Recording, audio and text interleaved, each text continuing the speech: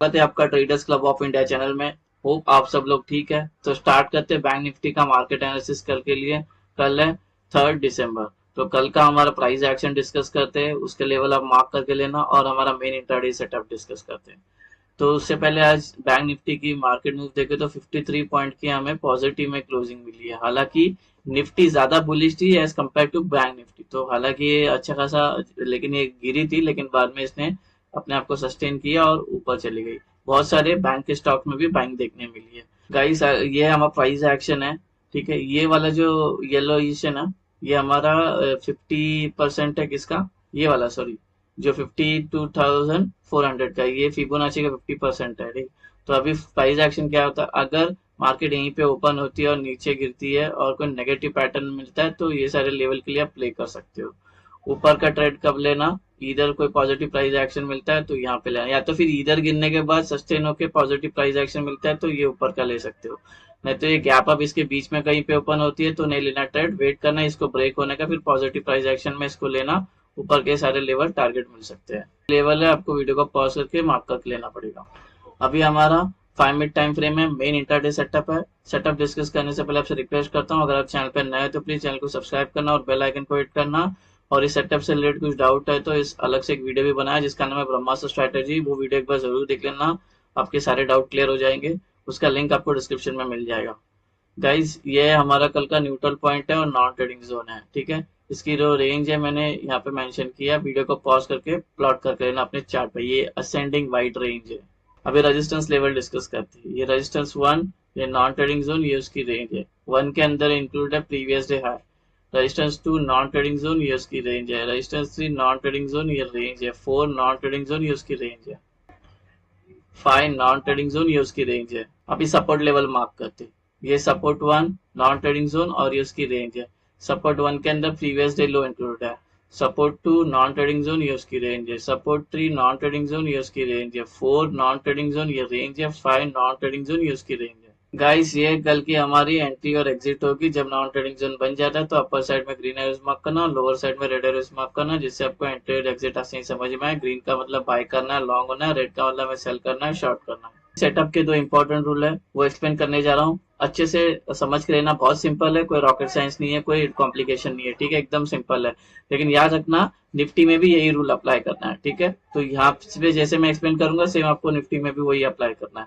जो rule number 1 है हमारा, क्या बोलते हैं, प्राइस को पहले नॉन ट्रेडिंग जोन में आना चाहिए या होना चाहिए। तो अगर एग्जांपल ले तो सपोज प्राइस अभी इधर आ गई है तो ये नॉन ट्रेडिंग जोन है। एनटीसी आपको सब जगह पे दिखेगा, एनटीसी का फुल फॉर्म है non trading zone. Suppose price अभी इधर है, इधर आ गई है, तो ये रूल नंबर 1 मेट हो जाता है। रूल नंबर 2 क्या बोलता है, प्राइस को नॉन ट्रेडिंग जोन में 15 मिनट सस्टेन करना चाहिए। तो ये रूल नंबर 1 मेट हो गया। इसी के अंदर सस्टेन करती है 15 मिनट, या 15 मिनट के ऊपर कितने घंटे भी, तो ये रूल नंबर 2 मेट हो जाए।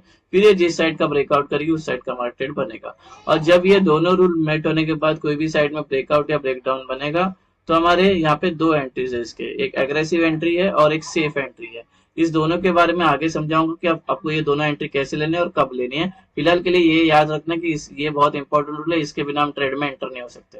फ्लैट ओपन का डिस्कस करते हैं। मार्केट यहाँ पे ओपन हो गया, हमारा ट्रेड बनेगा नहीं बनेगा, हमें क्या चाहिए, पहले प्राइस को नॉन ट्रेडिंग जोन में आना चाहिए। तो पहले प्राइस को नॉन ट्रेडिंग जोन में आना चाहिए और हम यहाँ वेट करेंगे हमारा रूल नंबर 1 और 2 मेट होने का। जैसे ये दोनों रूल मेट हो जाते हैं फिर जिस साइड का ब्रेकआउट होने तो उस साइड का मार्केट बन सकता है। अभी गैप अप डिस्कस करते हैं। प्राइस यहाँ पर है, अगर ये गैप अप यहाँ पे ओपन होती तो टेक्निकली नॉन ट्रेडिंग जोन में ओपन हो जाएगी, जो रूल नंबर 1 है। इसके अंदर थोड़ा सा सस्टेन करती तो रूल नंबर 2 मेट हो जाएगा। उसके बाद जिस साइड का ब्रेकआउट करेगी उस साइड का ट्रेड बनेगा। अगर ये यहाँ पे गैप अप होती है और ये तुरंत गिरना स्टार्ट करती है या और ऊपर जाना स्टार्ट करती है, यहाँ पे अपने आप को ये संभाल नहीं पाती, तो ऐसे में हम ट्रेड नहीं करेंगे, हम वेट करेंगे प्राइस को नॉन ट्रेडिंग जोन में आने का। तो ये गैप अप होती है और सब कुछ गिरना स्टार्ट करती है, यहाँ पे भी नहीं रुकती है और यहाँ पे आके इसको एक सपोर्ट मिलता है इस नॉन ट्रेडिंग जोन में और यहाँ पे टाइम स्पेंड करती है। यहाँ पे हमारा रूल नंबर 1 और 2 मेट हो जाता है, फिर ये जिस साइड का ब्रेकआउट करेगी उस साइड का ट्रेड बनता है। गैप अप अगर नॉन ट्रेडिंग जोन के बीच में ओपन हो रहा है तो हम ट्रेड नहीं करेंगे, पहले वेट करेंगे प्राइस को नॉन ट्रेडिंग जोन में आने का, वेट करेंगे हमारा रूल नंबर 1 और 2 मेट होने का। जैसे ये दोनों रूल मेट हो जाता है फिर जिस साइड का ब्रेकआउट आएगा उस साइड का ट्रेड करेंगे। अभी गैप डाउन डिस्कस करते हैं। प्राइस यहाँ पर है, अगर ये गैप डाउन यहाँ पे ओपन होती है तो टेक्निकली नॉन ट्रेडिंग जोन में ओपन हो जाएगी, जो रूल नंबर 1 है इसी के अंदर सस्टेन करती है थोड़ा देर, और रूल नंबर 2 भी मेट होती है, फिर जिस साइड का ब्रेकआउट करेगी उस साइड का ट्रेड बनता है।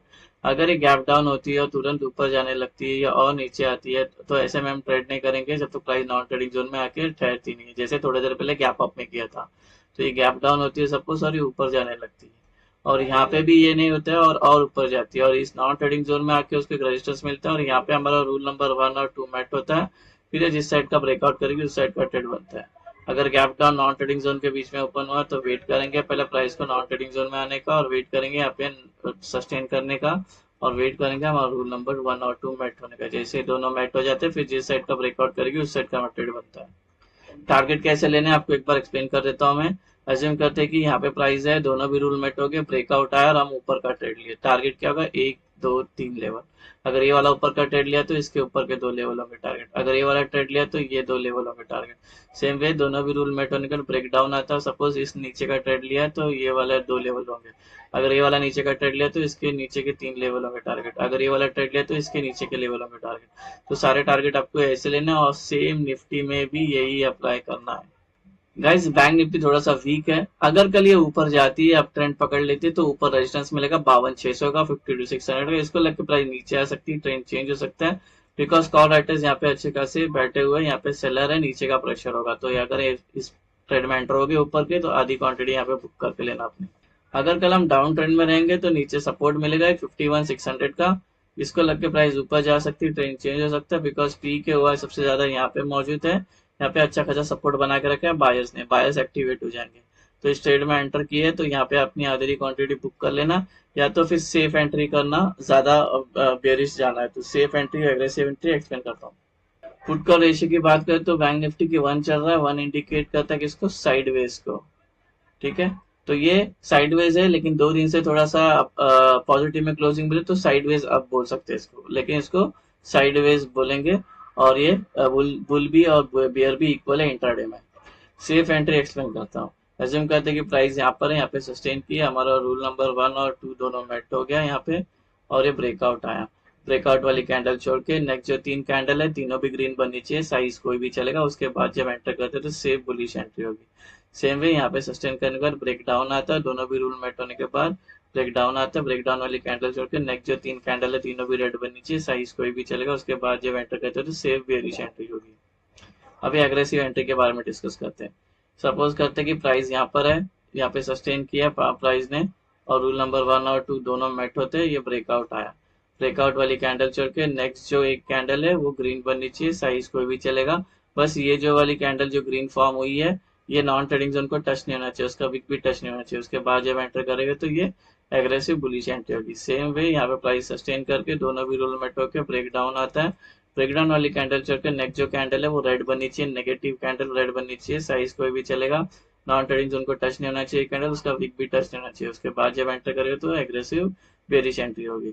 सो गाइस बैंक निफ्टी का ये हमारा इंटरडे सेटअप हो चुका है। होप आपको ये सेटअप पसंद है तो वीडियो को लाइक शेयर सब्सक्राइब करना।